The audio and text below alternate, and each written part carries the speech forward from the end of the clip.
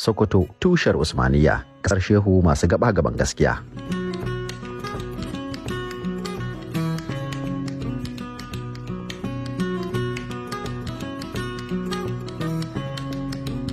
Saukar farko a Sokoto mun yi ta a gaban ubanmu a Hausa, da ni da Jamila Rara dan Sokoto mai kama da 'yan Katsina da babu kiba, ɗibar albarka da kwaso tsaraban tarihi. Shehun Malami Aliyu Banza ya raba gaddama tsakanin Hausar Sokoto da Hausar Kano. To dama Hausa na cewa kaddara ta riga ya fata. Yau karatun Hausa da ake Najeriya karatun Hausa a zannar da Hausa a cikin boko ya shekara 120. A sa Hausa cikin boko yau shekara 120. Kuma duk wani harshe da ke wasu Afirka ba harshen da ke gaba Hausa a sa cikin karatu. Idan baka manta matsayinka na ɗan jarida ka san muna da harsuna 7,600 a duniya. Cikin 7,600 Hausa ta 11. Cikin harsuna 7,600 Hausa ta 11. Ba ko ta 3,000 ko 2,000 ta 11. Kaga dole ta yawa. Don haka abin da ya auku shine Hausar Kano aka fara rubutun boko da ita. Da ita aka fara koyarwa. Don haka ne ita aka fara rubutawa. Abajadin ta aka fara rubutawa. Haka kuma dole ta ci gaba. Kuma dole ta jagoranci Hausa. Don yanzu kai ma za ka ce wani gari gaban Gusau mai sunan shi. To ka gani ka ce tsafe. Amma in ka zo sarkin garin da yan za su ma cahe. Kaga ba Kano bai da ca, dole mai da tsa da Hausa. Amma sunan garin cahe ba wani daga tsafa cewa ne. Saboda ba tsafe ne ba da wuce kaga cahe ne. Amma haka da ƙarfi da ya koma tsafe saboda Hausar Kano aka fara rubutu. Ma'ana da karin harshen Kano aka fara rubutu. Kuma aka bisa ikon Allah Kanawa suka jagoranci karatun Hausa duniya. Professor Muhammad Kabir Galadanci shi fara PhD a Hausa a Ingila shekara ta 1968.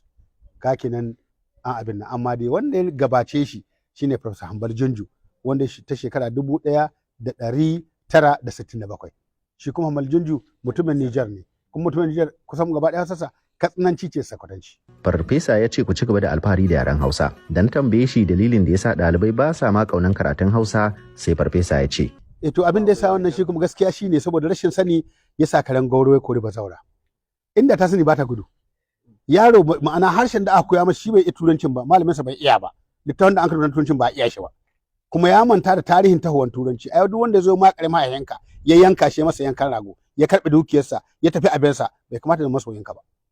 To a duniyar da ake cikin zamani sai gashi Najeriya ta mai da Hausa da kanta. An sa ka'ida yanzu kowa a karantar da shi da harshen mahaifinsa. Sai a kira mu ɗalibai su kula cewa cikin ƙasashen suka ci gaba da arziki duk duniya guda 7 ba mai amfani da harshen Turanci. Kowa da harshen su yake amfani. Ƙasashen suka ci gaba duk duniya su ake amfani, su ake bin gaba suna da arziki, sun bunƙasa ba mai amfani da Turanci.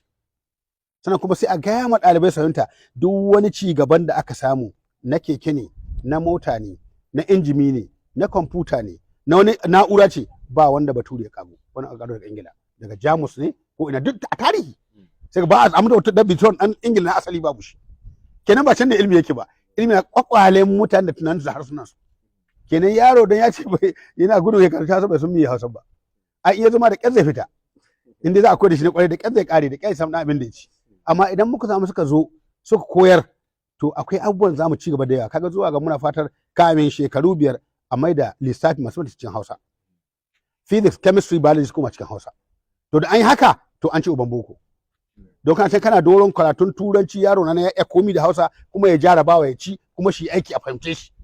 Me amfani yanzu ga likitoci nan ana kawo mana da Bulgaria in ka je Bulgaria sai ka koyi harshen shekara 1. Kai ya za a mutu ya koyi harshe shekara 3 har ya karanta likitanci har ya dawo a bashi digiri. Kai ka san an aiko da don kai kashe mu. Ba zai yiwa.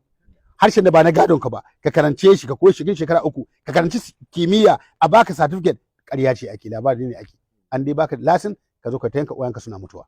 Mun naɗo abubuwa da yawa daga cibiyar daular Usmaniya za mu fara warware muku ɗaya bayan ɗaya ku dai ku danna follow ku yi like sannan ku sharing da abokai da 'yan uwa. Kafin mu yi sallama kuma ga wannan sako a ci gaba da yaɗa manufar haɗakan ana tare a jihar Taraba. 6 Continent tare da ƙaimi wajen ganin Abu Kefas ya dafa kujeran gwamna a jihar Taraba, matashin da ya taso cikin ahalin Kirista da Musulmi, tsohon sojan da bai iya nuna wariya ba, kuma ɗan siyasa mai kowa nashi a jihar Taraba.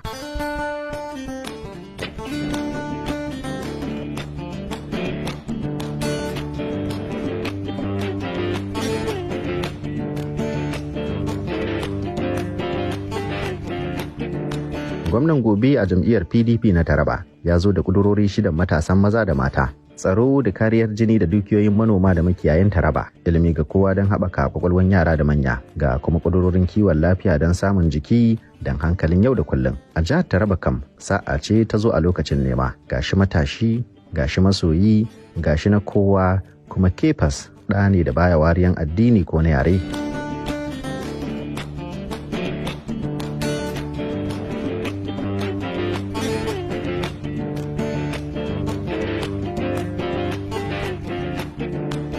Lokaci ne yayi da 'yan Taraba za su gwada all in one na Kefas naku ne, naku kuma naku ne, yana kallo yana jin daɗi. A titi da shaguna da gidaje kowa sai Kefas a Taraba.